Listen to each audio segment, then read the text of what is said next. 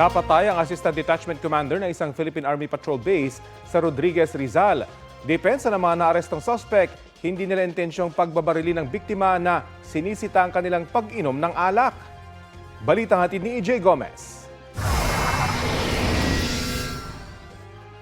Nakabulagta sa may batuhan ang isang lalaki nang matagpuan ng mga otoridad sa patrol base makahingalan ng Philippine Army sa Barangay Puray, Rodriguez, Rizal madaling araw kahapon.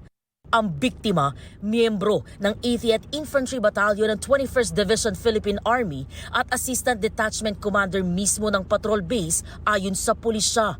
Nasawi ang 35 anyos na biktima matapos siyang pagbabarilin umano ng 3 miyembro ng Citizen Armed Force Geographical Unit Active Auxiliary o CAA. Base sa investigasyon ng Rodriguez Police, sisitahin daw sana muli ng biktima bilang Assistant Detachment Commander ang 3 CAA members na madalas mag-inuman nang bigla na lang siyang pinagbabaril. Bago niya sitahin, pinaputukan na po siya ng issued firearms ng suspect. Yung ginamit na baril ng ating suspect is yung issued firearms niya na M16 at sa dalawa po lumalabas din po na ginamit po rin tong pagpapaputok ng kanilang issued firearms na M14. Marami hong tama ng bala. So halos buong magazine. Dead on the spot ang biktima. Nagkalat sa crime scene ang mahigit 20 basyo ng bala. Posible raw motibo sa krimen ang kinimkim na galit ng suspect sa biktima ayon sa pulisya. May mga insidente po na sinita po ng Assistant Detachment Commander yung suspect mga nakailang araw at syempre dinisiplina, binigyan po ng punishment as part of the infraction na ginawa nung KAA. Yun po, nagkaroon po na kinimkim po siguro yung yung pagdidisiplina sa kanya, sama ng loob at nagkaroon po ng pagkakataon dahil yun din po base sa investigasyon lumalabas na under the influence of liquor po yung mga yung suspect. So yun,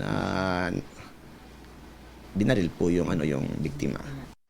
Mismong mga kabaro raw ng mga suspect ang saksi at nag-report sa pulisya ng insidente. Nadatnan ng mga rumesponding pulis ang mga tulog at nakainom na suspect sa kanilang kubo. Inaresto ang 27 anyos na bumaril sa sundalo, pati ang 2 kasama raw niya sa pamamaril. Nakumpiska sa kanila ang mga ginamit na baril kabilang ang M16 rifle. Ayon kay alias Spree, nakainom din umano ang kanilang commander nang lapitan sila para sitahin sa inuman. Di man sana yun sinasadya, ma'am. Ang gusto niya rin kasi mangyari, ma'am, ipaalam sa kanya yung pag-iinom. Lasing din siyang nagsabi. Nagiinom din siya. Na bigla lang po, ma'am. Hindi naman talaga target, ma'am. Sobrang nagsisisi talaga, ma'am.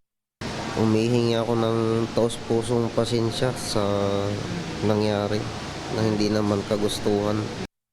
Ang 2 namang kasama niya na aminadong nagpaputok din ng baril, sinabing hindi nila tinarget ang biktima. Kasi kala namin hinaras yung kampo, kaya kami nagpaputok. Pinaputokan niyo po ba yung ating commander? Hindi po. Ano po yung hindi po? Doon lang kami sa kubo namin eh. Hindi man doon sa tao yung namin na pinatamaan. Akala ko may kalaban po, kaya nagpaputok ako. Pero doon lang sa loob ng kubo ko rin, nakadapa lang ako. Kasi takot nga ako makalabas. Nakakulong ang mga suspect sa Rodriguez Police Custodial Facility. Sasampahan sila ng reklamong murder at illegal discharge of firearms. EJ Gomez, nagbabalita para sa GMA Integrated News.